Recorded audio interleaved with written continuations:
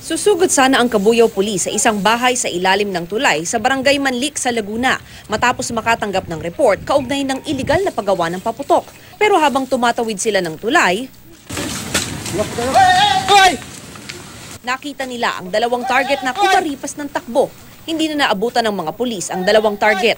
Pagpasok ng mga otoridad sa bahay, tumambad ang ilang mga ipinagbabawal na paputok gaya ng bawang at plapla. Meron ding kwitis at fountain.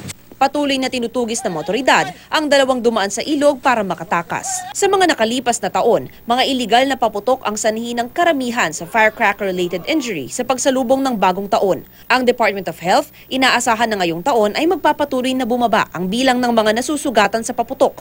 Ayon kay DOH spokesperson Yusek Eric Domingo, malaki ang papel ng kampanya ng Department of Health, pati ang mahigpit na pagpapatupad ng Executive Order 28 na nagbabawal sa mga paputok at nililimitahan lang ito sa mga community fireworks areas. Binabantayan din ng DOH ang bawal na paputok na Coke in can na sinlaki raw ng isang lata ng soft drinks. Ang sabi raw ng pulisya sa DOH, sa dami raw ng pulburang laman ng paputok na ito, kaya na nitong makasira ng isang buong bahay. Suportado pa rin daw ng DOH ang anumang mga hakbang o panukala para maipatupad ang total ban sa mga paputok. Mav Gonzalez, GMA News.